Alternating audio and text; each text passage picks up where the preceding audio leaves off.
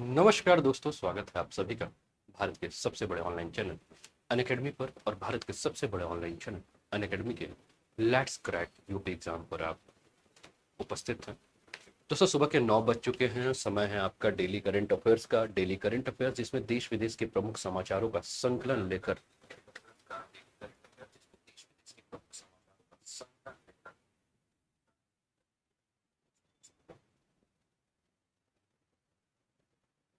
मैं आप सभी के साथ उपस्थित हो जाता हूं। और मेरा प्रयास यही होता है कि इसके माध्यम से आपको जो आपकी आगामी परीक्षा है उसमें आने वाले करंट अफेयर्स के प्रश्नों में किसी भी प्रकार का कोई भी मुश्किल का सामना ना करना पड़े। दोस्तों, सुबह की एक जो करंट अफेयर्स की क्लास है, इसका सोर्स है the Hindu, Indian Express, Hindustan Times, Times of India, down to earth, PIB, Dainik Jagran और हिंदुस्तान न्यूज़पेपर। इसके माध्यम से देश विदेश और उत्तर प्रदेश के उन सभी प्रमुख समाचारों का संकलन लाने का मेरा पूरा का पूरा प्रयास होता है। और प्रयास यही होता है कि आपकी आगामी परीक्षाओं में अधिक से अधिक प्रश्न जो हैं आपको इस क्लास से देखने को मिले। तो फटाफट सभी लोग ऑनलाइन आ जाइए और अपने सारे फ्रेंड्स के साथ आज की क्लास को शेयर कर दीजिए। पहली बार अगर आप चैनल पे हैं तो चैनल को सब्सक्राइब कर दीजिए, बेल आइकन दबा दीजिए कि यहाँ आने वाली हर क्लासेस के बारे में आपको समय पर जानकारी मिल सके। सभी का स्वागत, सभी का अभिनंदन। तो दिन की शुरुआत हम हमेशा की तरह करते हैं मोटिवेशनल कोट से। और आज का मोटिवेशनल कोट आपके स्क्रीन पर है। सपने वह नहीं जो आप नींद में देखें, सपने वो हैं जो आपको नींद ही ना आने दे, है ना। तो दोस्तों, सपने कहते हैं ना, बड़ा ही हसीन सपना देखा था मैंने, खुली हुई आंखों से बन रहा था मैं अधिकारी, और कर रहा था अपने लक्ष्य को पूरा करने के बाद अपने सपने को साकार। ठीक है ना। बहुत सारे उम्मीदें, बहुत सारे सपने आपने देखे होंगे और खुली आंखों से उन सपने को देखे होंगे। बहुत लोग बंद आंखों से सपने देखना पसंद करते हैं। दोस्तों, बंद आंखों से सपने जो देखते हैं, उनके सपने जो हैं वो भाग्य भरोसे होते हैं। कहते हैं ना, सपने जो कहते हैं, बहुत सारे लोग होते हैं कहते हैं दिन का सपना देखा मैंने, या रात में मैंने सपना देखा, भोर का मैंने सपना देखा, तो हो सकता है ये सही हो जाएगा। तो बंद आंखों से जो सपने होते हैं वो मुंगेरी लाल के सपने होते हैं, और खुली आंखों से जो सपने होते हैं वो आपके, वो माई के लाल के सपने होते हैं, मुंगेरी लाल के नहीं। तो माई के लाल के सपनों की तरह अपने सपने को पूरा कीजिए। और सपने ऐसा देखिए दोस्तों जो आपको नींद ही ना आने दे। वो सपने आपको जगाए रहे, आपको झकझोर दे। जब भी आप अपने पथ से, जब भी आप अपने मार्ग से, जब भी अपने लक्ष्य से आप भटकने की कोशिश करें, वो सपने जो हैं वो आपको फिर से सचेत कर दें कि आप अपने लक्ष्य से भटक रहे हैं। कलाम साहब का ये वॉच है आपके स्क्रीन पर जो दिख रहा है कि सपने वह नहीं जो आपको नींद में देखे, सपने वह है जो आपको नींद ही ना आने दे। तो ऐसे ही सपने देखें और सपने को पूरा करने के लिए लग जाएं, सपने को पूरा करें। चलिए स्टार्ट करते हैं दोस्तों आज के क्लास को। आज के क्लास में देखते हैं आज का न्यूज क्या है। और इसके पहले Pranjal, Ravindra, Son, Anjali, Deepu, motivation for pathfinder, Abhay, सभी का स्वागत है, सभी का अभिनंदन है।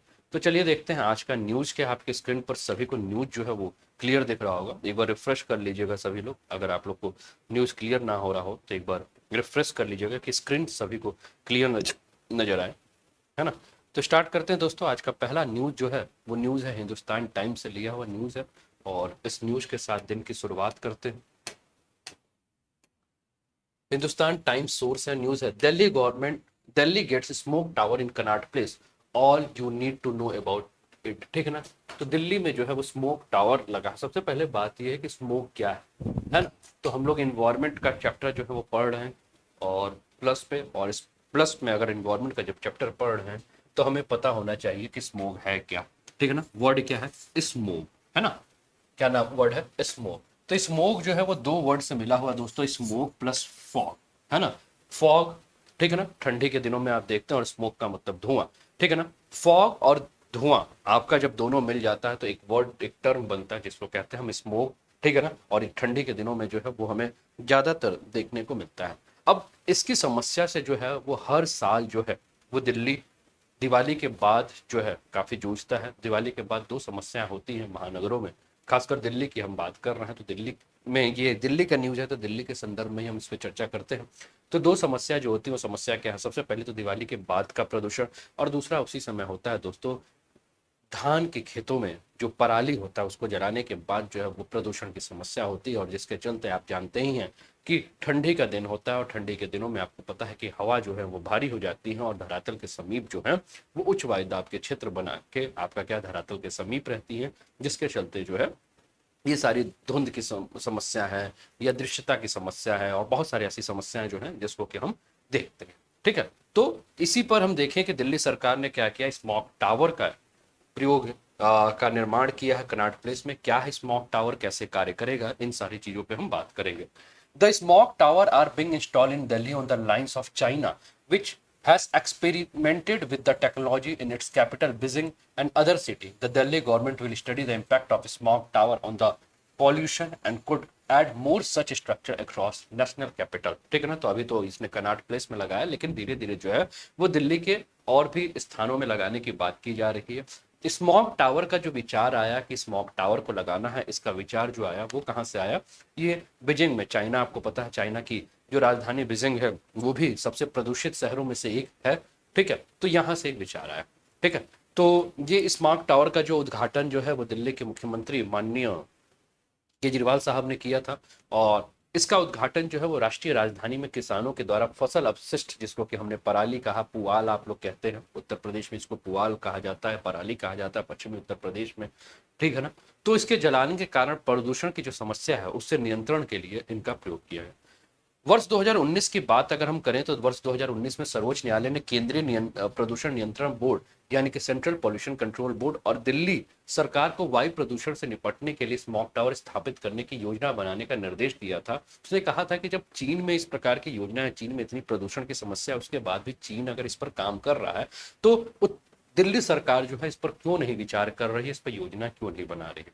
ठीक है ना, जब कोर्ट का जब यह आदेश आया दिल्ली सरकार को, तो उसके पश्चात क्या हुआ कि आईआईटी मुंबई ने सेंट्रल पॉल्यूशन कंट्रोल बोर्ड के साथ मिलकर जो है एक प्रस्ताव रखा। ठीक है, और समक्ष जो है आईआईटी मुंबई ने सीबी के सामने यानी कि सेंट्रल पॉल्यूशन कंट्रोल बोर्ड के समक्ष जो है एक प्रस्ताव रखा, और प्रस्ताव क्या था, स्मॉग टावर लगाने का प्रस्ताव था कि जिस प्रकार से चीन की बीजिंग में लगा हुआ उस प्रकार से भारत के दिल्ली में भी क्यों ना लगे। ठीक है, जनवरी 2020 में सर्वोच्च न्यायालय ने निर्देश दिया था कि पायलट प्रोजेक्ट के तौर पर क्या किया जाए कि अप्रैल 2020 तक जो 21 तक जो है वो क्या किया जाए, दो टावर जो है वो कम से कम दिल्ली में लगा दिया जाए। तो ये पहला टावर जो है वो अभी कनॉट प्लेस में, जिसको दिल्ली का दिल कहा जाता है कनॉट प्लेस, जब आप दिल्ली घूमने जाओगे तो मेट्रो से जब यात्रा करोगे तो जो राजीव चौक जिसको आप कहते हैं उसी के ऊपर का जो है वो कनॉट प्लेस एरिया है जब घूमने जाओगे। ठीक है, जिसको कि शॉर्ट फॉर्म में सीपी भी कहते हैं कि सीपी घूमने जाना है। और शुरुआत में जब मुखर्जी नगर या राजेंद्र नगर के आप लोग आईएएस की कोचिंग करने के लिए जब पहुंचते हो तो नए नए जो स्टूडेंट्स होते हैं उनका सबसे पहला सपना ये होता है कि दिल्ली आए हैं तो सीपी नहीं देखा तो क्या देखा। वैसे देखने लायक कुछ है भी नहीं, लेकिन ठीक है, लेकिन घूमने के लिए आप लोग चले जाते हो, है ना। तो कनॉट प्लेस में स्मॉग टावर इस परियोजना के तहत स्थापित की ये पहला टावर है, और पूर्वी दिल्ली के आनंद विहार के सहयोग से दूसरा टावर स्थापित भी किया जा रहा है। आनंद विहार जो कि दिल्ली का और उत्तर प्रदेश का बॉर्डर है, और सबसे प्रदूषित अगर स्थानों में से अगर हम काउंट करें दिल्ली में, ठीक है, क्योंकि वो बगल में आपका गाजियाबाद साहिबाबाद इंडस्ट्रियल एरिया पड़ जाता है। ठीक है, दूसरी तरफ आपका नोएडा इंडस्ट्रियल एरिया पड़ जाता है, जिसके चलते ये आनंद विहार जो है वो भी आपका बहुत प्रदूषित है। तो दूसरा जो टावर लगाने की बात हो रही है वो आनंद विहार में लगाने की बात की जा रही है, ये लगाया जा रहा है। इंदु गौतम, ऋतु विश्वकर्मा, सुषमा सिंह, सभी को गुड मॉर्निंग। ठीक है ना, आवाज सभी को क्लियर आ रही है ना, कोई दिक्कत तो नहीं, बता दीजिए। सभी को क्लियर है ना, सभी को क्लियर है ना।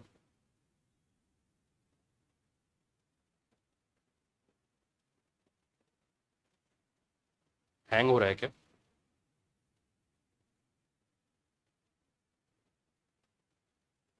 हैंग हो रहा है क्या।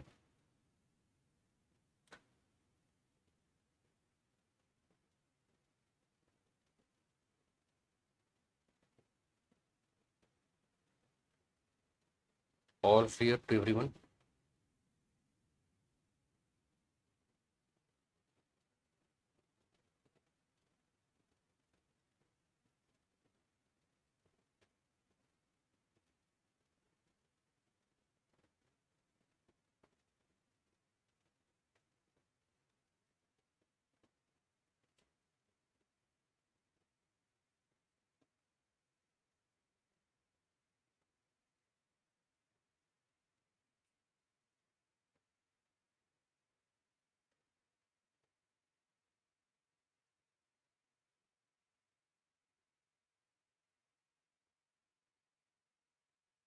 सही है, एक बार बता दीजिए उसमें।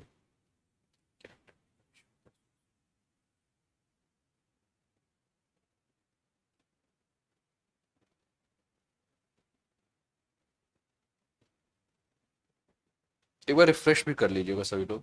मोहम्मद आरिफ,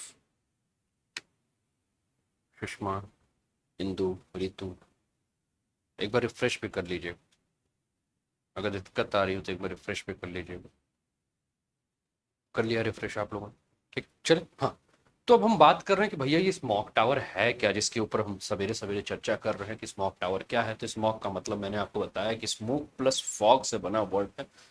धुआं और फॉग दोनों, ठीक है। और फॉग में आपको पता है कि जल के कण जो है वो रहते हैं, ठीक है। तो इन दोनों से बना हुआ है आपका स्मॉक टावर। तो स्मॉक टावर जो है, स्मॉग इस दोनों से बना हुआ वर्ड है। और स्मॉक टावर के बारे में बात करें तो स्मॉक टावर का जो अर्थ है वो क्या है कि एक एयर प्यूरिफायर के रूप में काम करता है। आप देखते हैं ना घर में भी तरह तरह के आजकल अलग अलग कंपनियों के एयर प्यूरिफायर जो है वो लग चुके हैं, जो कि आपका हवा का फिल्टर का काम करते हैं, ठीक है। तो स्मॉक टावर के बारे में बात करें तो ये भी एक एयर प्यूरिफायर की तरह जो है वो काम करेगा। और इसको इस प्रकार से डिजाइन किया गया कि एयर, इसमें जो है वो एयर फिल्टर्स होते हैं, जैसे वाटर फिल्टर्स आप देख रहे हैं, तरह तरह के फिल्टर्स, उसमें एयर फिल्टर्स होंगे जो प्रदूषित हवा को क्या करेंगी, साफ करेंगी। और साफ करने के बाद क्या करेंगी कि इसको फिर से वापस छोड़ देंगे, ठीक है ना। तो हम बात कर रहे हैं, तो हमने कहा कि चीन से हमने इसको कॉपी किया। और चीन की बीजिंग में अगर हम देखें तो दुनिया का सबसे बड़ा जो है वो स्मॉक टावर लगा हुआ है। ये आपके स्क्रीन पर जो देख रहे होंगे आपको, ये स्मॉक टावर दिख रहा है, जिसमें एग्जॉस्ट फैन लगे हुए हैं जो बाहर के हवा को क्या करेंगे कि अंदर खींच के ले जाएंगे। और उसमें फिल्टर्स लगे हैं, यहाँ से करने के बाद क्या होंगे, फिर ये फ्रेश एयर जो है वो आपको भेजेंगे। तो ये जो है आपका स्मॉक टावर की कार्य प्रणाली को अगर हम समझे तो ये एक down draft air cleaning system होता है, जिसका प्रदूषित हवा को तकरीबन 24 मीटर की ऊंचाई से प्राप्त किया जाता है। और फिल्टर की गई हवा को टावर के नीचे से जमीन के लगभग 10 मीटर की ऊंचाई पर क्या किया जाता है, छोड़ दिया जाता है। यानी कि 24 मीटर के ऊंचाई से क्या किया जाए, हवा को खींचा जाए और 10 मीटर पे फ्रेश एयर को क्या कर दिया जाए, छोड़ दिया जाए, जिससे कि धरातल के पास जो है जो हवा हो वो कैसी हो, फ्रेश एयर होंगे। चीन में उपयोग किए जाने वाली इस प्रणाली के बारे में अगर हम बात करें दोस्तों, तो ये जो प्रणाली है आपकी, ये जहां 60 मीटर का स्मॉक टावर एक अप ड्राफ्ट सिस्टम का उपयोग करता है, जिसमें हवा को जमीन के पास से प्राप्त किया जाता है और हीटिंग तथा संवहन के द्वारा ऊपर की ओर बढ़ाया जाता है। और फिल्टर की गई हवा को टावर के शीर्ष पर छोड़ा जाता है, जो चीन की टेक्नोलॉजी है, ठीक है ना। लेकिन भारत की टेक्नोलॉजी उससे थोड़ा सा अलग है। इसके निर्माण के बारे में बात करें तो इसका निर्माण जो है टाटा प्रोजेक्ट्स लिमिटेड टीपीएल ने जो है आईआईटी मुंबई और आईआईटी दिल्ली के टेक्नोलॉजी के साथ मिलकर इसके निर्माण को किया। और ये परियोजना का प्रबंधन सलाहकार के बारे में बात करें तो राष्ट्रीय जैव ईंधन समन्वय समिति। देखिए ये यहाँ यहाँ से आप लोगों के प्रश्न बनता है, ठीक है ना।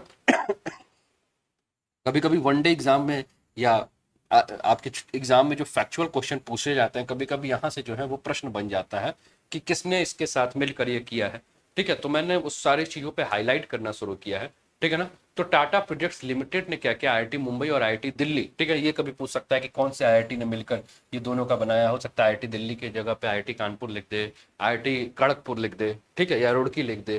तो ऐसा करके चेंज कर सकता है, तो इस चीज को आप ध्यान रखिएगा। और साथ में जो है इसका प्रबंधन सलाहकार कौन है, तो राष्ट्रीय जैव ईंधन समन्वय समिति जो है इसका समिति है, ठीक है ना, सलाहकार समिति है। दिल्ली प्रदूषण नियंत्रण समिति जो है इस योजना का क्या है, प्रभारी है। अब सेंट्रल पॉल्यूशन कंट्रोल बोर्ड की एक रिपोर्ट के अनुसार अगर हम बात करें तो 2009 में दिल्ली में जो PM10 की जो सांद्रता थी वो 258% से लेकर 335% के आसपास जो है इसकी वृद्धि देखी गई थी, जिससे कि ये समझा गया कि वायु में प्रदूषण की मात्रा जो है वो बात ज्यादा है। और इसमें सबसे ज्यादा प्रदूषक अगर देखा गया तो PM2.5 के कण देखिएगा। PM2.5 के कणों के बारे में बात करें तो आप समझ लीजिए कि ये बहुत ही छोटे पदार्थ है, जो कि हमारे श्वसन प्रक्रिया के माध्यम से या हमारे मुंह में से हम क्या करते हैं कि जब हम सांस लेते हैं तो ये हमारी श्वसन प्रक्रिया के माध्यम से हमारे फेफड़े में चले जाते हैं। और वहीं जाके क्या हो जाते हैं, ये लॉज हो जाते हैं, वहीं जाकर ये क्या होते हैं, स्थिर जो है वो बन जाते हैं। और हमारे फेफड़े में जो है वो क्या करते हैं, इन्फेक्शन कर देते हैं और सूजन को बढ़ावा देते हैं, जिससे कि अस्थमा या सांस की अलग प्रकार की जो बीमारियां हैं, ठीक है, वो हमें देखने को मिलती है। जब हमारे फेफड़े में चले जाते हैं और सूजन करते हैं तो हमारे जो इम्यून सिस्टम है, हमारी प्रतिरक्षा प्रणाली जो है वो भी जो है उस पर भी, और साथ में ये हमारे ब्लड में अगर चले जाते हैं तो इससे क्या होता है कि हमारे हृदय को भी ये नुकसान पहुंचाते हैं, ठीक है। तो ये सारी समस्या जो होती हैं इनके माध्यम से होती है। काजल मौर्य स्वागत है, ठीक है ना। तो एक स्विस समूह की रिपोर्ट की अगर हम बात करें दोस्तों, तो जिसने इस रिपोर्ट को कहा कि उनकी वायु गुणवत्ता के आधार पर अल्ट्रा फाइन पार्टिकुलेट मैटर के स्तर पर मापा, और उसके अनुसार इन्होंने माना कि दिल्ली लगातार तीसरी बार 2020 में विश्व की सबसे प्रदूषित राजधानी जो है वो दिल्ली है। और ये बहुत बड़ी चुनौती है दिल्ली को साफ सुथरा रखने की, जो चुनौती है, ठीक है ना, तो सबसे बड़ी चुनौती है। और एक छोटे से क्षेत्र में वायु प्रदूषण से तत्काल राहत प्रदान करने के लिए जो है एक उचित समाधान चाहिए था। इसमें समाधान में अगर हम बात करें तो ये स्मॉग टावर जो है एक कुछ हद तक जो है इसमें कार्य करेगा।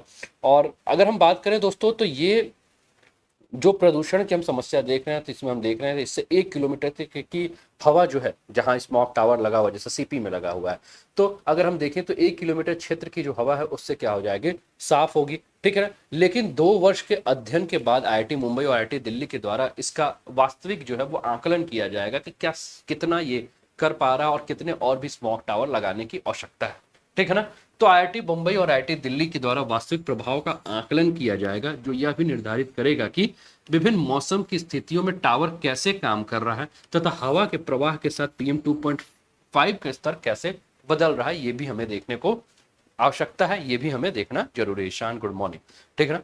तो लाइक शेयर करते रहिए सभी लोग, अपने फ्रेंड्स के साथ भी क्लास को शेयर करते रहिए। पहली बार हो तो चैनल को सब्सक्राइब करके बेल आइकन दबा दीजिए कि यहाँ आने वाली हर क्लासेस के बारे में आपको समय पर जानकारी मिल सके, ठीक है ना।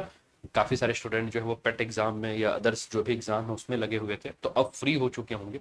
तो अब आप फ्री हो चुके हैं तो आप अपने नेक्स्ट टारगेट की तरफ आप लोग अपने लग जाइए और रेगुलर क्लासेस को करते रहिए, है ना। चलिए, सभी अपने फ्रेंड्स के साथ शेयर कर दिए क्लास को कि वो सभी जो है वो क्लास को ज्वाइन करें, है ना। सभी स्टूडेंट जो है वो क्लास को ज्वाइन कीजिए।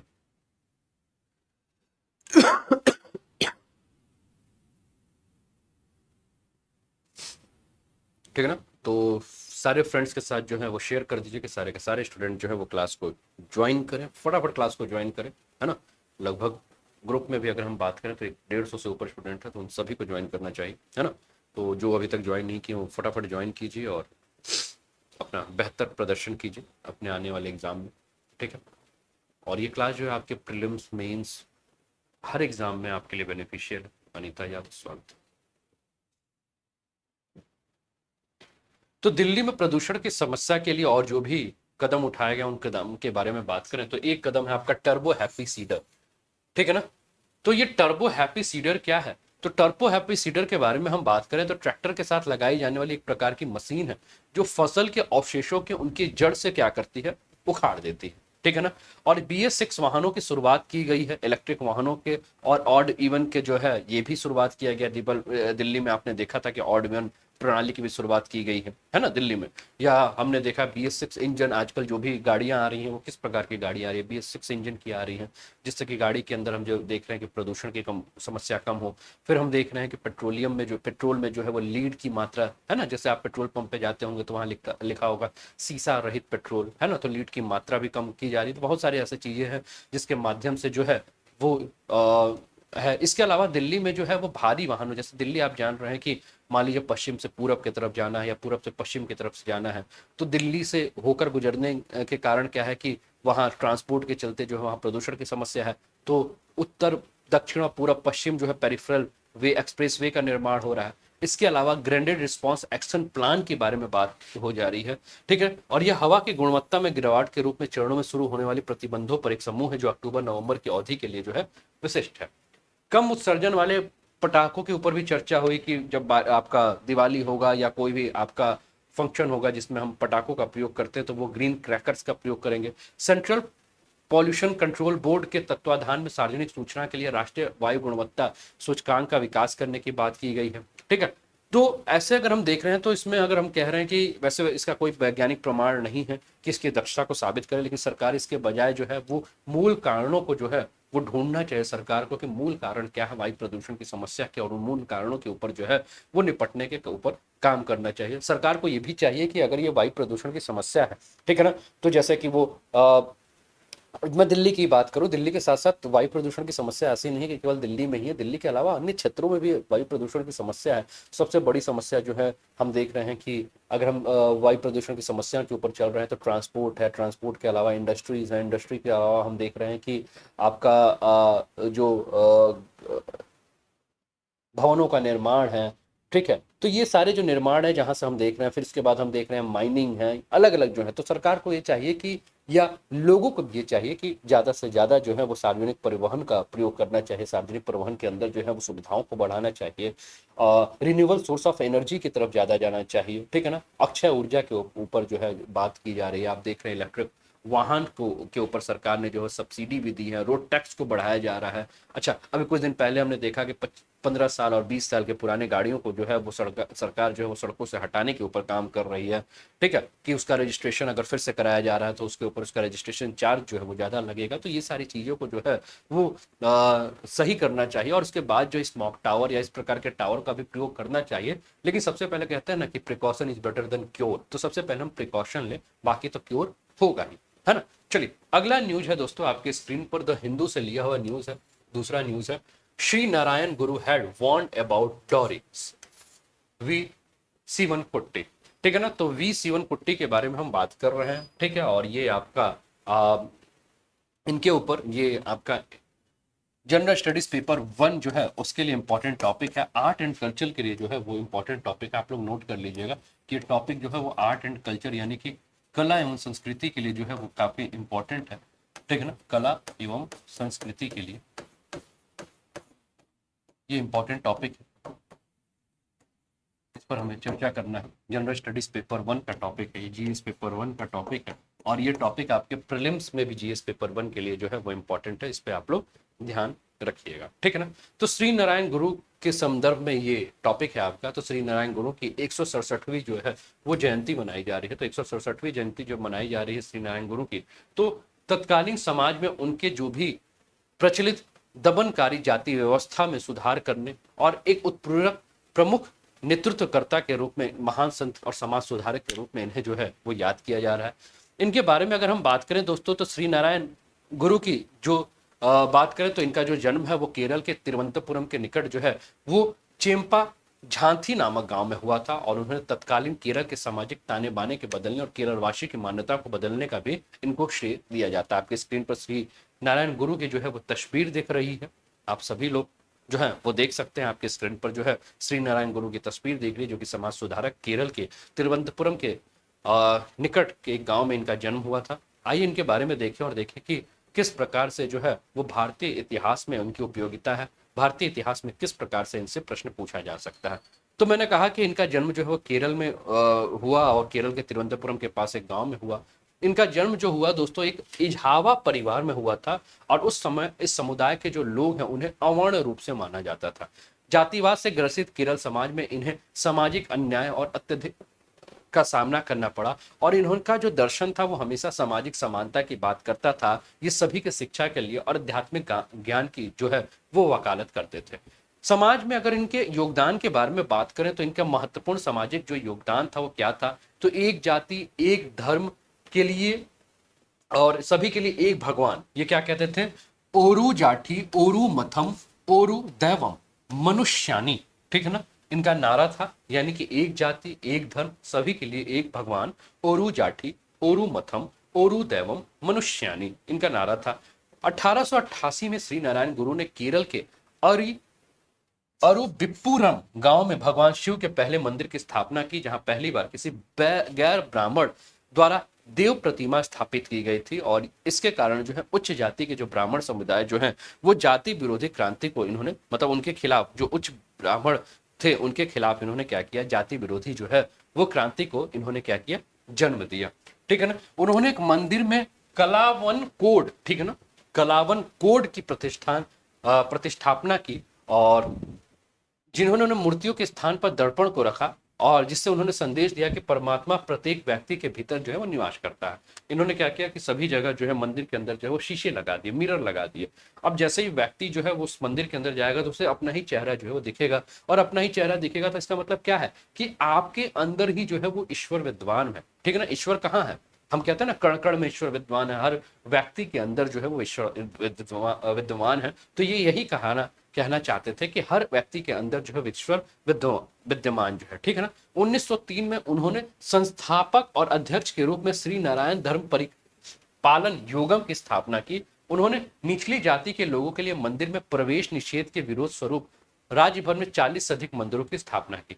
राष्ट्रीय आंदोलन में इनके योगदान के बारे में अगर हम बात करें तो ये सार्वभौमिक मंदिर प्रवेश और अछूतों के सामाजिक भेदभाव जैसी सामाजिक बुराइयों के खिलाफ आंदोलन के अग्रणी नेता थे। इन्होंने त्रावणकोर की निचली जातियों को मंदिरों में प्रवेश की अनुमति देने के लिए चलाया जा रहा है जो आंदोलन था, जिसको कि हम वायकम आंदोलन के नाम से जानते हैं, इनको गति प्रदान की। इन्होंने कविताओं में भारतीयता का सार को समाहित किया, जिसके माध्यम से अगर हम बात करें तो विश्व की स्पष्ट विविधता को अंतर्निहित करने में इन्होंने इनकी एकता को जो है वो प्रकाश जो है वो डाला गया। इसके अलावा अगर हम बात करें तो श्री नारायण गुरु के दर्शन के बारे में बात करें तो श्री नारायण गुरु के दर्शन के ऊपर हम कह सकते हैं कि श्री नारायण गुरु आदि शंकराचार्य के द्वारा प्रतिपादित अद्वैत सिद्धांत, अद्वैत वेदांत के सबसे बड़े समर्थक और पुनर्मूल्यांकन कर्ताओं में से एक थे।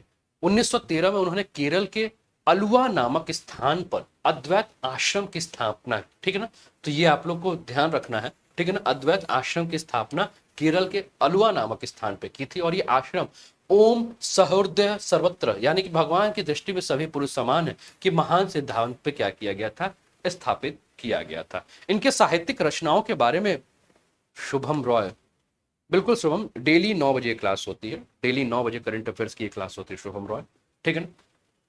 तो इनके साहित्यिक रचनाओं के बारे में अगर हम बात कर रहे हैं, किसके, नारायण गुरु के साहित्यिक रचनाओं के बारे में बात करें तो इन्होंने काफी सारी भाषाओं में जो है इन्होंने पुस्तकें जो है लिखी थी। उनमें से कुछ रचनाएं जो है जैसे कि उनकी अद्वैत दीपिका, आश्रम, थ्योरा, पंथिकिंगल, ब्रह्म विद्या, पंचकम आदि जो है वो उनके जो प्रमुख जो है वो कृतियां हैं, जो कि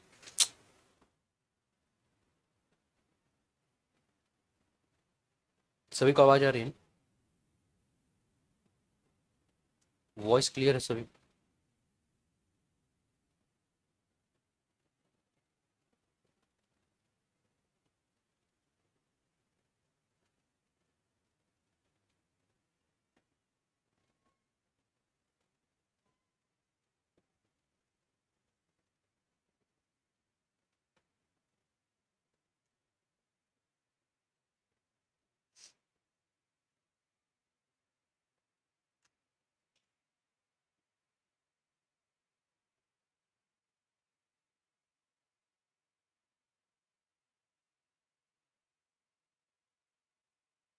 रिफ्रेश करिए एक बार,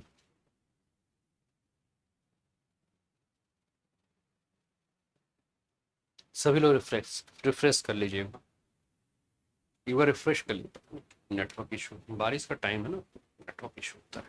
हाँ, तो हम क्या कह रहे थे, इनकी साहित्यिक रचनाओं के बारे में हम बात कर रहे थे, तो इन्होंने हमने कहा कि कई भाषाओं में जो है इनकी पुस्तकें जो हैं वो आपको देखने को मिलेगा, जिससे कि इनकी जो प्रमुख रचना है वो क्या है, अद्वैत दीपिका है, आश्रम है, थ्योरा पाथिंकलम है, ब्रह्म विद्या है, पंचकम है। और उनके दर्शन के बारे में अगर हम बात कर रहे हैं तो उनके दर्शन जो है वो क्या है, जहाँ कई देशों के समुदाय में सामाजिक ताने बाने और घृणा और हिंसा की बात की जा रही थी, वहां इन्होंने क्या किया है कि इन्होंने कट्टरता, संप्रदायवाद और अन्य जो सु प्रवृत्ति हैं उनको क्षरण करने की बात की है। और इन्होंने सार्वभौमिक एकता दर्शन की समकालीन वैश्विक संदर्भ में विशेष जो है इसी प्रासंगिकता के ऊपर ध्यान देने की बात की।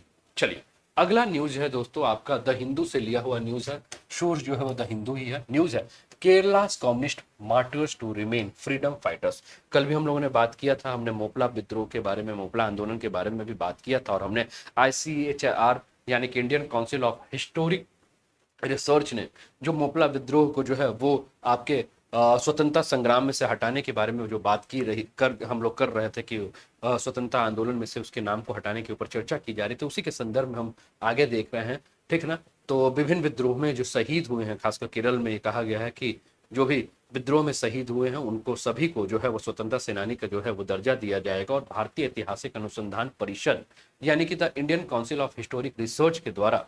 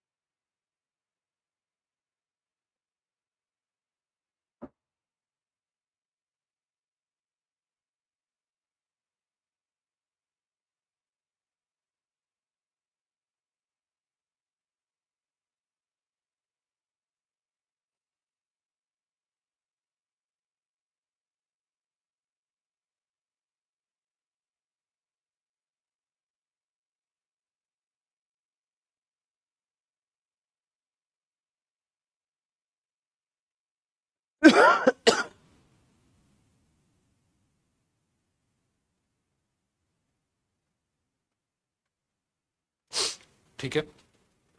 हाँ, तो कल भी हम लोग इस पर चर्चा कर रहे थे कि जो आपका आंदोलन हुआ मोपला विद्रोह के ऊपर हम चर्चा जब कर रहे थे, तो हमने कहा कि आईसीएचआर जो है, यानी कि the Indian council of historic research जो है, वो काफ़ी सारे ऐसे आंदोलन को, जिसमें कि मोपला का ही हमने नाम लिया और कहा कि उसने कहा कि ये जो है वो सांप्रदायिक एक तरह से विरोध था, विद्रोह था, ना कि जो है वो आपका स्वतंत्रता संग्राम आंदोलन था। तो इसमें जो शहीद हुए हुए जो 368 लोगों थे, उनको शहीद का जो दर्जा जो है वो लेने की बात की जा रही थी। इस पर कल हम लोगों ने चर्चा किया था, आप लोगों को याद होगा, है ना।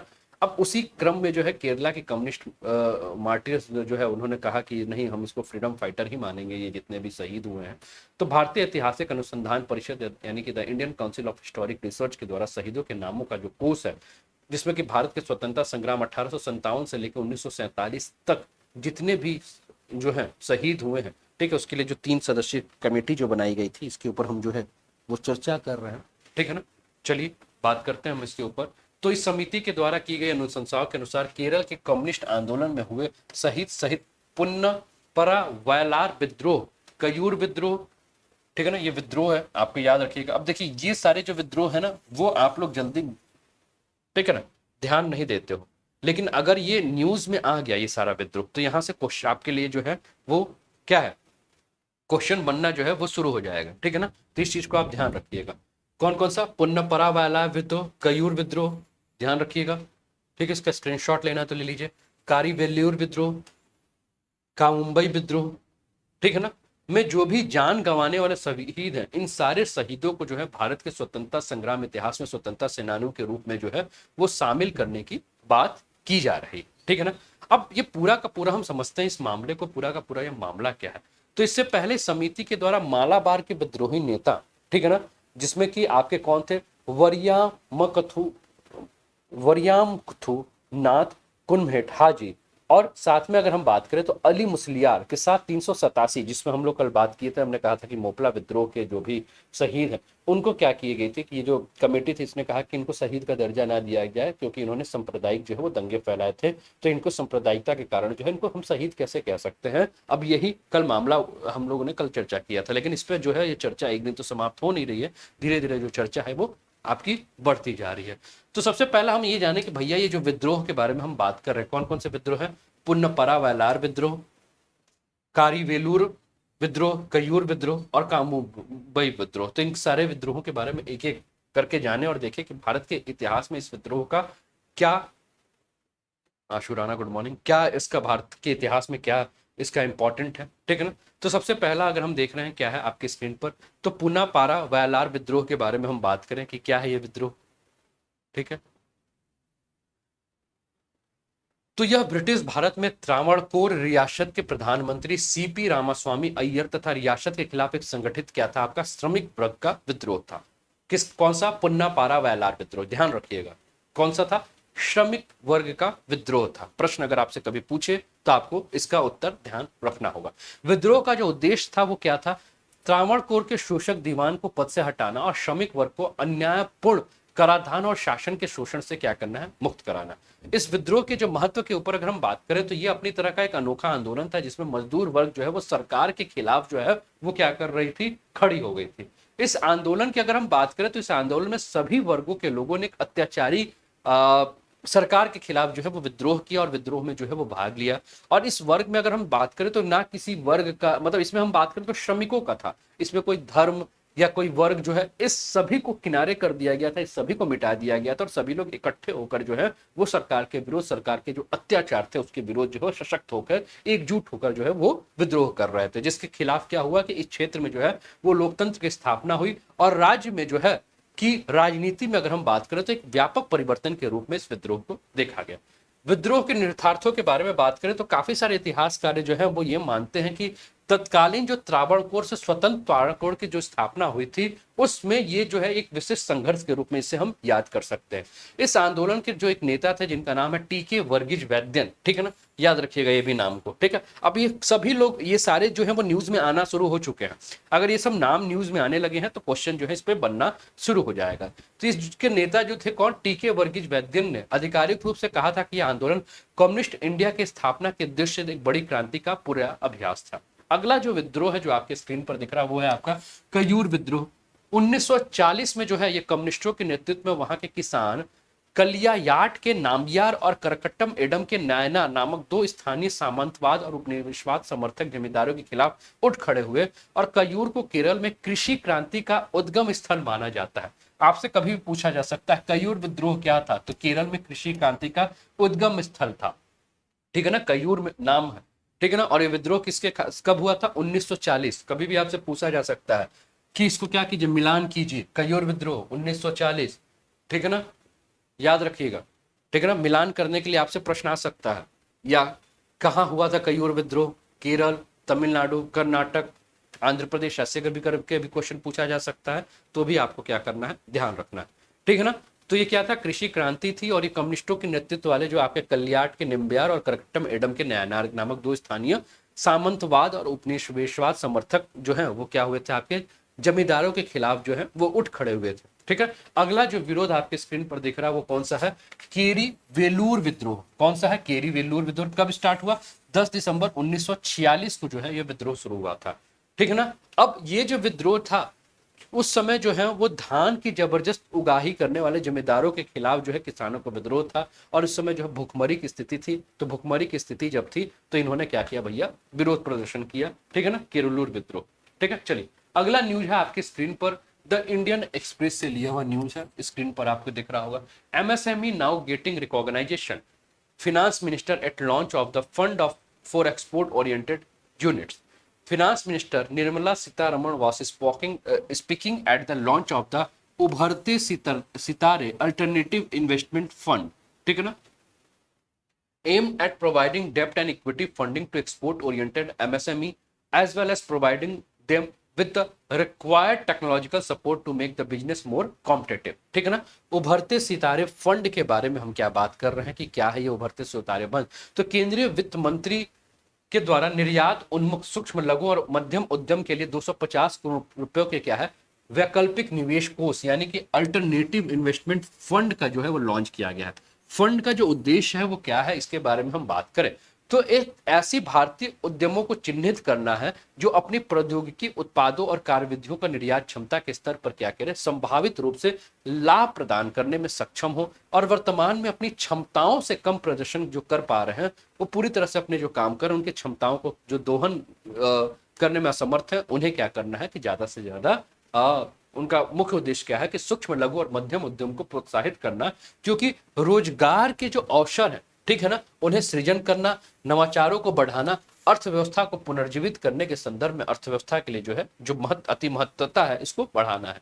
कि किस प्रकार का कोष है, अगर हम बात करें तो उभरते सितारे फंड एक प्रकार का वैकल्पिक निवेश कोष है। क्या है, वैकल्पिक निवेश कोष। तो वैकल्पिक निवेश कोष यानी कि अल्टरनेटिव इन्वेस्टमेंट फंड क्या होता है उसके बारे में थोड़ी देर में हम चर्चा करेंगे, लेकिन इस योजना के जो मोस्ट इंपॉर्टेंट पॉइंट्स क्या है इस पर हम बात करें तो इन कोष को एक्सिम बैंक और सिडबी, ठीक है ना, द्वारा जो है वो स्थापित किया गया है। ये भी आपको ध्यान रखना है कि जो आपका ये अल्टरनेटिव इन्वेस्टमेंट फंड की बात जो कर रही है वो कौन कौन है, तो एक्सिम बैंक और सिडबी ये मिलकर जो है वो इस पर क्या करेंगे, काम करेंगे।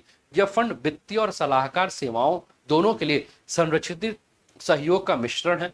इसमें 250 करोड़ रुपए का ग्रीन शू ऑप्शन भी होगा। अब ग्रीन शू ऑप्शन क्या है इस पे भी अभी थोड़ी देर में हम चर्चा करेंगे कि ग्रीन शू ऑप्शन क्या है। इस फंड में फर्मा, ऑटो कंपोनेंट्स, इंजीनियरिंग सॉल्यूशंस, कृषि और सॉफ्टवेयर आदि जैसे विभिन्न क्षेत्रों की संभावित कंपनियों को क्या किया जाएगा, शामिल किया जाएगा। इस कार्यक्रम के महत्व के बारे में हम बात करें तो ये कार्यक्रम क्या है, उभरता सितारा, ठीक है ना। तो यह कार्यक्रम के तहत उन भारतीय कंपनियों की पहचान की जाएगी जो वैश्विक मांगों को पूरा करते हुए घरेलू क्षेत्र में भविष्य की चैंपियन बनने की क्षमता रखती हैं।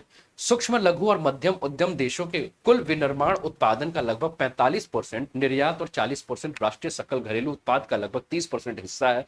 ठीक है, तो एमएससी को अपने उद्यमों को विस्तार करने में सक्षम बनाने के लिए जो है, इससे क्या होगा कि अर्थव्यवस्था की जो गति होगी वो काफी तीव्र हो सकती है।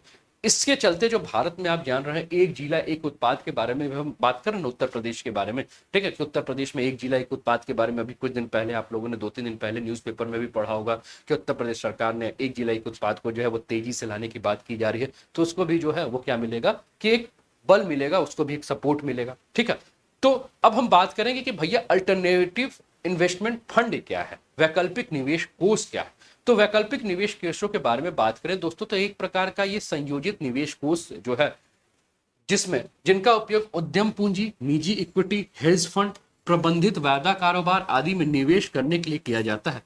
सरल शब्दों में अगर हम बात करें तो वैकल्पिक निवेश कोष जो है, निवेश के पारंपरिक तरीकों जैसे कि स्टॉक, ऋण, प्रतिभूतियों आदि से भिन्न प्रकार का निवेश होता है। वैकल्पिक निवेश कोष में फंड प्रबंधन गतिविधियों को विनियमित करने के लिए सेबी म्यूचुअल फंड विनिमय 1996, ठीक है, SEBI mutual fund regulation 1996, SEBI सामूहिक निवेश योजना विनिमय 1990, SEBI collective investment scheme regulation 1999 या बोर्ड के किसी अन्य विनिमय के तहत शामिल धन को शामिल नहीं किया जाता है। वैकल्पिक निवेश कोष के लिए सेबी में पंजीकरण करना जो है वो क्या होगा, अनिवार्य होगा।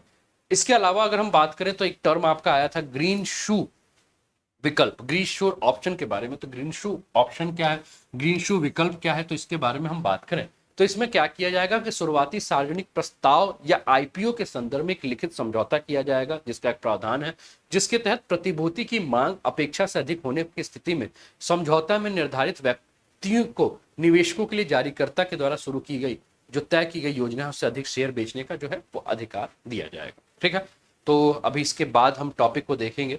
और इस समय आप जुड़े हैं दोस्तों इंडिया के लार्जेस्ट लर्निंग प्लेटफॉर्म पे, इंडिया का लार्जेस्ट लर्निंग प्लेटफॉर्म जिस पे यूपी पीएससी और यूपी ट्रिपल एससी की जो क्लासेस है इंडिया के बेस्ट एजुकेटर्स के द्वारा आपको प्लस के सब्सक्रिप्शन लेने पर मिलेगा, जो कि अनलिमिटेड लाइव और रिकॉर्डेड सेशन होगा। तो अभी तक सब्सक्राइब नहीं किया तो आप सब्सक्राइब कर सकते हैं।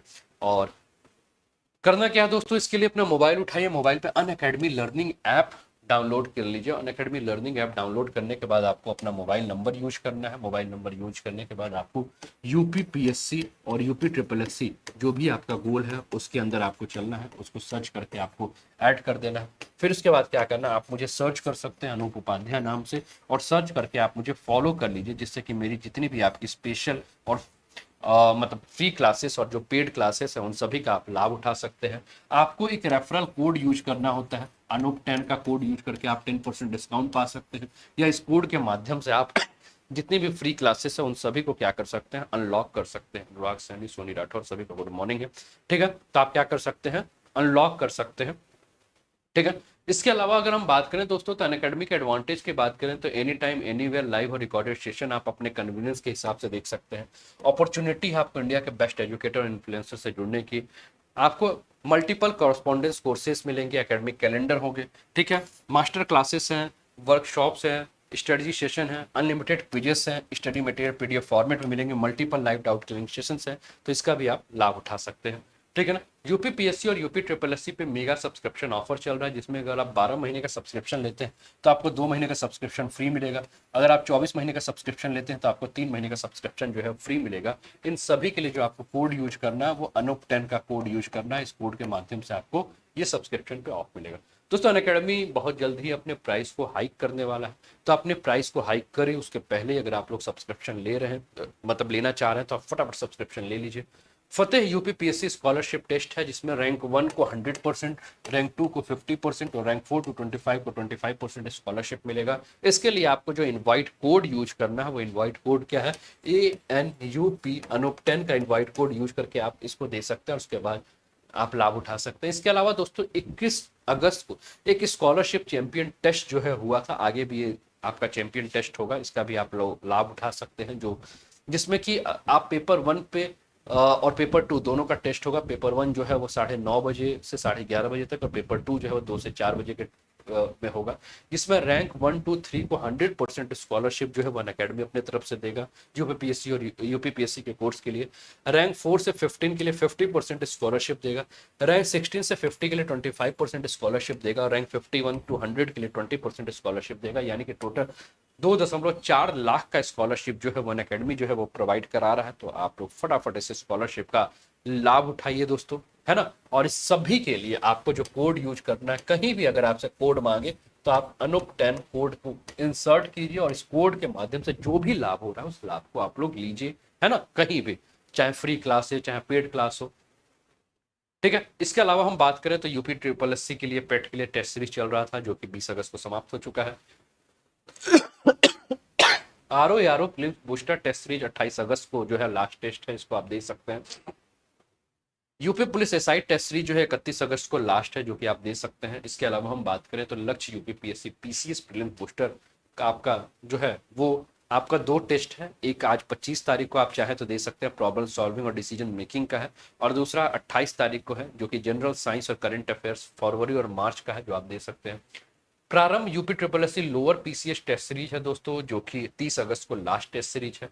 प्रगति UP PSC RO prelims booster test series है जो कि 29 अगस्त को लास्ट टेस्ट सीरीज, इसमें culture and objective general Hindi plus current affairs फरवरी और मार्च है। इसके अलावा बैच के बारे में बात करें तो ये ऑप्शनल का बैच है। इसके अलावा हम बात करें तो सारथी के नाम से एक बैच है जो कि 55 दिवसीय क्रैश कोर्स है यूपीपीएससी का। अभ्यास के नाम से एक बैच है दोस्तों जो कि यूपीपीएससी प्रीलिम्स सीसेट के लिए ये पूरी टीम है जिसके साथ आप जोड़ सकते हैं। मिशन खाकी जो एसआई की तैयारी कर रहे हैं उनके लिए बैच है जिसमें आपको ये टीचर्स की टीम दिख रही है, इनके साथ आप जुड़ सकते हैं। अगर आप यूपीपीएससी और यूपी ट्रिपल एससी का सब्सक्रिप्शन लेते हैं, है ना, तो आप UP PCS upper, lower PCS, RO UPSI, UP triple SC, PET, लेखपाल, बी और ऑप्शनल कोर्स का जो है लाभ उठा सकते हैं। इन सभी के लिए आपको जो कोड यूज करना है, ध्यान रखिएगा, अनूप10 कोड का यूज करना है। लाइक शेयर करते रहिएगा और अपने फ्रेंड्स के साथ, और जो पहली बार चैनल पे हो चैनल को सब्सक्राइब करके बेल आइकन दबा दीजिएगा कि यहाँ आने वाली हर क्लासेस के बारे में जो है वो आपको जानकारी मिले। क्लास करंट अफेयर्स की जो है वो 9 बजे कर दी गई है ना, तो 9 बजे इस क्लास का आप लोग जो है लाभ उठाइए, और इसके बाद 11 बजे से आपकी जो सेशन है वो सेशन तो आप लोग कर ही रहे होंगे। 11 बजे से प्लस की क्लासेस है। फीस के बारे में बात करें दोस्तों तो 24 महीने की फी जो है वो 8,400 है, 12 महीने की फी 7,000 है, 6 महीने की फी 5,600 है, 3 महीने की फी 3,500 है। लेकिन जैसे ही आप कोड यूज करोगे अनूप10, वैसे ही आपको 24 महीने की फी 7,560, 12 महीने की 6,300, 6 महीने की 5,040 और 3 महीने की 3,150 है। कोड आपके स्क्रीन पर दिख रहा है और कुछ दिन है आपको, नहीं तो इसके बाद फी जो है वो बढ़ने वाला है, ठीक है। इसके अलावा सुपर कॉम्बो सब्सक्रिप्शन ऑफर है, घर बैठे बैठे आप बिहार और यूपी की तैयारी कर सकते हैं, जिसमें आपको यूपी और बिहार के टॉप एजुकेटर्स के live classes, test series, structured courses, unlimited access करने को मिलेगा, जिसमें 6 महीने की फीस 7,960 है, 12 महीने की 10,620 और 24 महीने की 14,620 है। लेकिन जैसे ही आप कोड यूज करोगे अनूप10, वैसे ही यहाँ भी आपको 10% का ऑफ मिल जाए, ठीक है। इसके अलावा बक्स बॉन्टी है, ठीक है, अभी भी टॉपिक है, अभी क्लास है, अभी दिक्कत ही, अगले टॉपिक पे चलते हैं। इसके बाद बक्स बाउंटी है दोस्तों, अगर आपको लगता है कि आपके किसी भी एजुकेटर की क्लास में कुछ भी इनअप्रोप्रिएट अगर आपको कंटेंट लग रहा है तो आप क्लेम कर सकते हो और अनअकैडमी इसके लिए आपको प्राइस देगा। अभी थैंक यू की मत कीजिए, अभी क्लासेस चल रही हैं, है ना, अभी टॉपिक है, ठीक है। स्पेशल सेशन आप ज्वाइन कर सकते हैं अनअकैडमी पर, जो कि मेरी क्लासेस अनअकैडमी पे जो है आज रात को 8 बजे जो है वो पॉलिटी की है, जो कि रोटी से राज व्यवस्था का सफर है, ठीक है। और 9 बजे जो है वो इतिहास है, तो इसको भी आप लोग ज्वाइन कर लीजिएगा। 9 PM जो है वो हिस्ट्री है, ठीक है ना, उसको भी ज्वाइन कीजिएगा। अभी काफ़ी सारे टॉपिक बचे हुए हैं, अभी हड़बड़ाइए मत। करंट अफेयर्स की क्लासेस में मैंने टॉपिक्स बढ़ा दिए, लगभग रोज जो है वो 8 से 9 टॉपिक जोड़ दिए मैंने, जहाँ पहले 4-5 टॉपिक हम कवर करते थे, तो काफ़ी इंपॉर्टेंट टॉपिक छूट जा रहे थे, इसलिए मैंने बढ़ा दिए हैं टॉपिक को, ठीक है। तो आप लोग बने रहिए। इंटरेक्टिव लाइव क्लासेस हैं, pose for the learners, raise your hand है, जिससे कि अब आप क्या कर सकते हैं, अपने एजुकेटर से जो है वो बात कर सकते हैं फ्री क्लासेस में। अगर आपको लग रहा है कि मुझे कुछ सवाल पूछना, कुछ बातें करने हैं, तो रेज योर हैंड कर दीजिए, तो आपके क्वेश्चन जो है वो हम सुन सकते हैं, ठीक है ना। टेलीकम्युनिकेशन की तरह ये बात होगा, आपको अलर्ट मिलेगा अगर आप फॉलो कर लोगे क्लासेस के PDF, एनी टाइम एनीवेयर आप क्लासेस देख सकते हैं। चलिए ठीक है, अगला टॉपिक हम देखते हैं। अगला न्यूज जो है दोस्तों द हिंदू से लिया हुआ न्यूज है। दिल्ली हाईकोर्ट आस NTCA, ठीक है ना, दिल्ली हाईकोर्ट ने क्या किया है कि NTCA से प्रश्न पूछा है to consider petition on Corbett tiger reserve, ठीक है ना।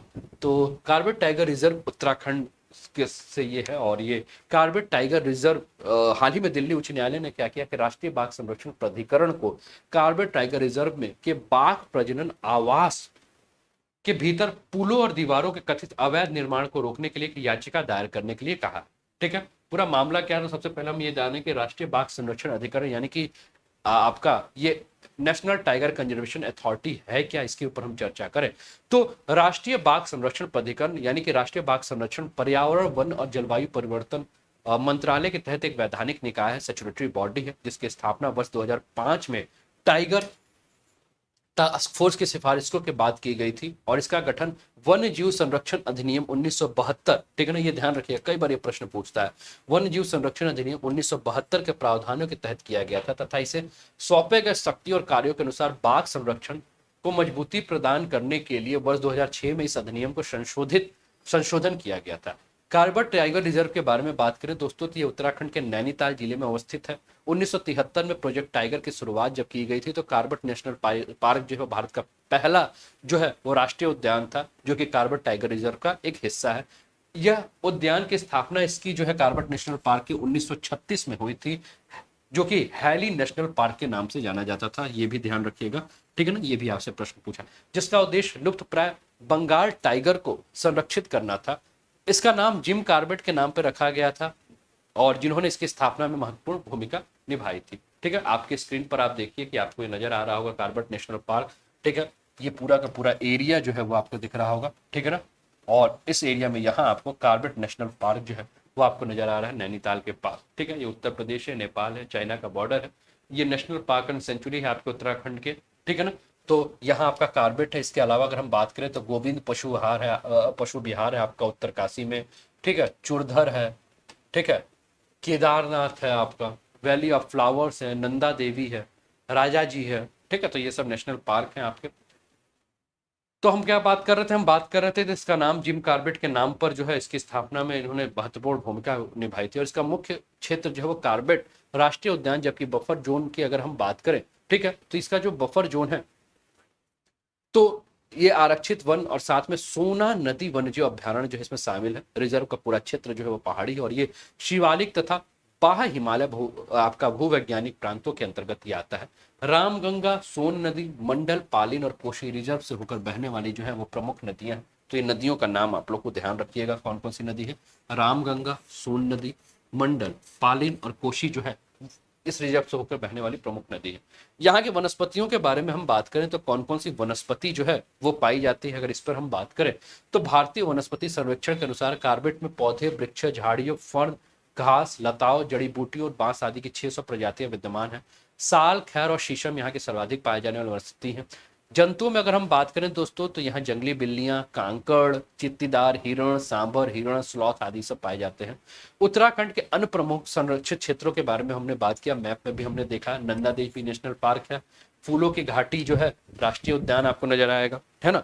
इसके अलावा हम बात करें तो फूलों की घाटी राष्ट्रीय उद्यान और नंदा देवी राष्ट्रीय उद्यान जो है वो यूनेस्को की विश्व धरोहर स्थल में है। राजा जी राष्ट्रीय उद्यान है, गंगोत्री राष्ट्रीय उद्यान है, और आपका गोविंद राष्ट्रीय उद्यान है। अगला न्यूज जो है दोस्तों वो आपका पीआईबी से लिया गया है, पीआईबी जो है इसका सोर्स है, ठीक है ना। ज्यादा से ज्यादा न्यूज को कवर करने की कोशिश की जा रही है आपकी क्लास में। अगला न्यूज जो है वो कहां से लिया गया है, पीआईबी से लिया गया है। न्यूज क्या है, न्यू पोर्टल अंडर भुवन युक्त धारा will facilitate planning of new MNREGA asset using remote sensing and GIS based information। Union minister Shri Jitendra Singh ने ये बात कहा। युक्त धारा के ऊपर बात करें तो ग्रामीण विकास मंत्रालय के द्वारा नया भू स्थानिक योजना पोर्टल जिसका नाम युक्त धारा है वो लॉन्च किया गया है, और नया माफ कीजिएगा, और नया पोर्टल जो है वो रिमोट सेंसिंग और जीआईएस आधारित जानकारी का उपयोग करते हुए नई मनरेगा परिसंपत्तियों की योजना बनाने की सुविधा प्रदान करेगी। और ये भुवन के अंतर्गत अगर हम बात करें तो नया पोर्टल है। पोर्टल के बारे में हम बात करें तो ये पोर्टल कैसे काम करेगा, क्या काम करेगा, इन सारी चीजों पे हम बात कर रहे हैं दोस्तों। तो ये जो नया पोर्टल है यह इसरो और ग्रामीण विकास मंत्रालय के द्वारा जो है ये संयुक्त रूप से किए गए अथक प्रयासों का परिणाम है, जो विकेंद्रीकृत निर्णय लेने के लिए समर्थन में ग्रामीण योजनाओं जो कि गवर्नमेंट टू गवर्नमेंट सेवा को साकार करने के लिए किया गया है। इसरो द्वारा लॉन्च किया गया भुवन पोर्टल वर्तमान में पूरे भारत में कई विकासात्मक जो योजना है, ठीक है, तो उसी के साथ अगर हम बात करें तो ये वास्तविक भू स्थानिक मंच बन गया है। यह प्लेटफॉर्म विभिन्न राष्ट्रीय ग्रामीण विकास कार्यक्रम यानी कि मनरेगा, एकीकृत वाटर सेट प्रबंधन कार्यक्रम, प्रति बूंद अधिक फसल और राष्ट्रीय कृषि विकास योजना आदि के अंतर्गत बनाई गई परिसंपत्तियों के भंडार के रूप में कार्य करेगा, जो कि फील्ड फोटोग्राफी इसके अंतर्गत शामिल है। यह पोर्टल विभिन्न प्रकार के थीमेटिक परतों, multi temporal high resolution earth observation data को विश्लेषण उपकरणों के साथ जो है वो एकीकृत करेगा। योजनाकार विभिन्न योजनाओं के अंतर्गत पिछली परिसंपत्तियों का विश्लेषण करने, ऑनलाइन उपकरणों के माध्यम से नए कार्यों का पहचान करने में सक्षम होंगे। राज्य के विभागों के अंतर्गत आने वाले उपयुक्त प्राधिकारियों के द्वारा जो आपकी योजना हो उनका क्या किया जाएगा, मूल्यांकन जो है वो किया जाएगा, ठीक है ना। भुवन पोर्टल के बारे में बात करें दोस्तों, तो भुवन पोर्टल क्या है, तो भुवन पोर्टल आपका एक वेब आधारित पोर्टल है, ठीक है, जो कि इंटरनेट के माध्यम से भौगोलिक जानकारी और असंबद्ध भौगोलिक सेवाओं का प्रदर्शन और खोजने के लिए जो है वो लोगों की पहुंच बनाएगा। ये भारत सरकार की उपलब्ध जानकारी के अनुसार देश की वास्तविक सीमाओं को दर्शाता है, ठीक है ना, जिसमें कि मैप माई इंडिया मैप्स और एप्लीकेशन का उपयोग करके इसकी गोपनीयता जो है वो और भी बेहतर बनाई गई है, ठीक है, और ये सरकार के आत्मनिर्भर भारत योजना के अंतर्गत लिया गया है। अन्य ग्रामीण योजनाओं के बारे में बात करें तो अन्य ग्रामीण विकास कार्यक्रम क्या है, तो दीनदयाल अंत्योदय योजना, राष्ट्रीय ग्रामीण आजीविका मिशन है, प्रधानमंत्री ग्राम सड़क योजना है, प्रधानमंत्री आवास योजना ग्रामीण है, प्रधानमंत्री किसान संपदा योजना है और गोपर्धन योजना है, ठीक है। अगला न्यूज है दोस्तों आपके स्क्रीन पर, और ये न्यूज आपके स्क्रीन पर द इंडियन एक्सप्रेस से लिया हुआ न्यूज है, आपके स्क्रीन पर सभी को दिख रहा होगा, ठीक है ना। इस न्यूज पर आ जाते हैं, सभी को दिख रहा है, अगला न्यूज आपके स्क्रीन पर,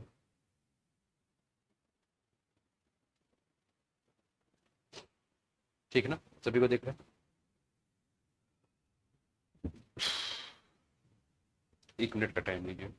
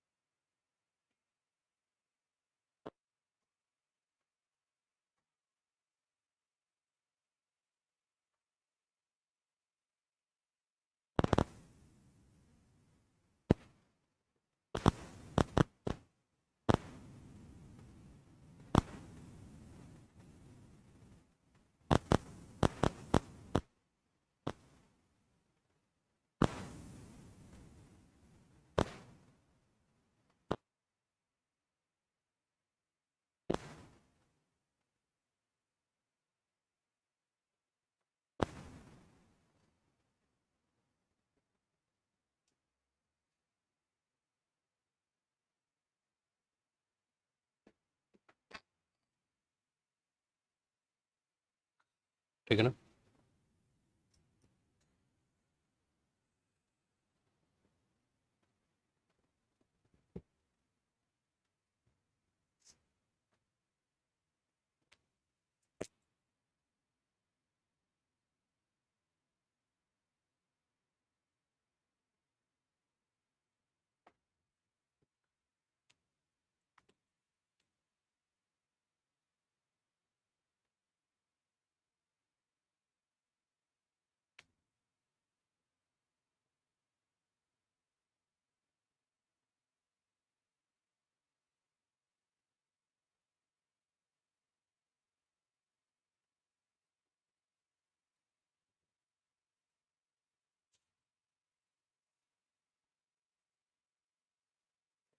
तो हम लोग बात कर रहे थे द इंडियन एक्सप्रेस का न्यूज है, India conducts maritime exercise with the Philippines navy,